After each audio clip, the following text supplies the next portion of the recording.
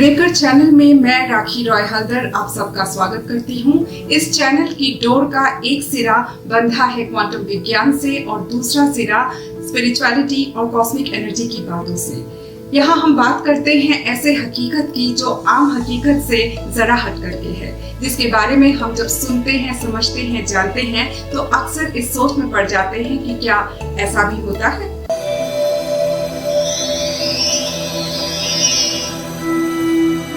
Myth breaker की quantum दुनिया series में आज हम जानेंगे सर्कुलर मोशन या गोलाकार गति से जुड़ी कुछ अनोखी बातें। ये वो गति है जो परमाणु से लेकर के ब्रह्मांड तक व्याप्त है और इस गति के सहारे जब हम किसी कॉन्सेप्ट को समझना शुरू करते हैं तो उस कॉन्सेप्ट के बारे में एक अलग ही नजरिया तैयार कर लेते हैं। कैसा होता है ये नजरिया, इस बात पर आने से पहले देखते हैं कि किस तरह से ये गति पूरे ब्रह्मांड में फैली हुई है। परमाणु में इलेक्ट्रॉन प्रोटॉन के चारों ओर चक्कर लगाता है और ब्रह्मांड में ग्रह सूर्य का चक्कर लगाते हैं और उपग्रह ग्रहों का चक्कर लगाते हैं। इस तरह से कण से लेकर ब्रह्मांड तक सर्कुलर मोशन का ही साम्राज्य फैला हुआ है और इसी गति के बारे में मैंने अपनी कविता गतिमान सृष्टि, जो कि सृष्टि रहस्य किताब में शामिल है, उसमें कुछ इस तरह से लिखा है। गति का खेल सब, न कोई धागा न लाठी, चांद पृथ्वी के चक्कर लगाता, पृथ्वी सूरज की परिक्रमा करती। गति में ही बंधा है कण कण,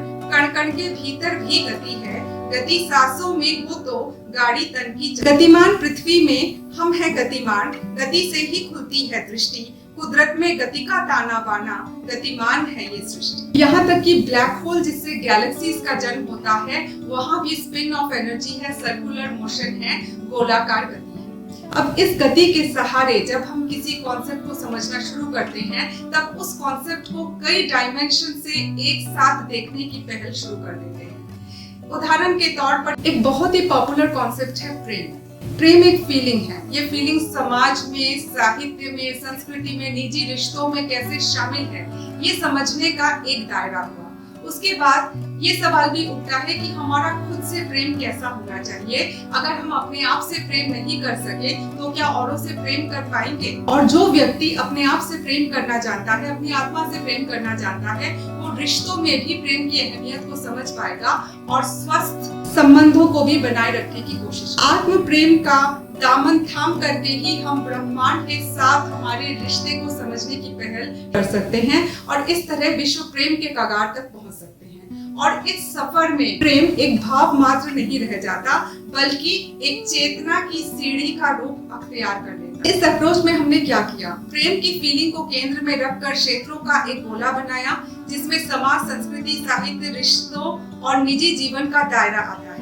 फिर इसके चारों ओर आत्म प्रेम का एक गोला बनाकर आत्म प्रेम के स्तर से समाज, संस्कृति, साहित्य और रिश्तों को देखा और इस बात को भी समझने की कोशिश की कि ब्रह्मांड के साथ हमारे प्रेम का रूप कैसा है और इस सूत्र को पकड़कर हम विश्व प्रेम तक पहुंच गए। और आखिरकार हमने पाया कि प्रेम एक सीढ़ी है जो भाव से विश्व प्रेम की चेतना तक का सफर तय करती है। शिक्षा अगर बचपन से ही आत्म प्रेम की सीख देने लगे तो साहित्य, समाज, संस्कृति को लेकर हम जिस कंफ्यूजन से गुजरते हुए आगे बढ़ते हैं, वो कंफ्यूजन का चैप्टर ही खत्म हो जाएगा और हम सिर्फ रिश्तों में प्रेम को खोजने की बात पर अटक करके नहीं रह जाएंगे। आत्म प्रेम सेल्फ एस्टीम को डेवलप करता है, आत्मविश्वास को बढ़ाता है, जिसके चलते हमारे भीतर ये समझ पैदा होती है कि किस रिश्ते में कितनी मात्रा में किस भाव को भरने की जरूरत है। दरअसल मेरा ये मानना है कि किसी भी विषय को, किसी भी कॉन्सेप्ट को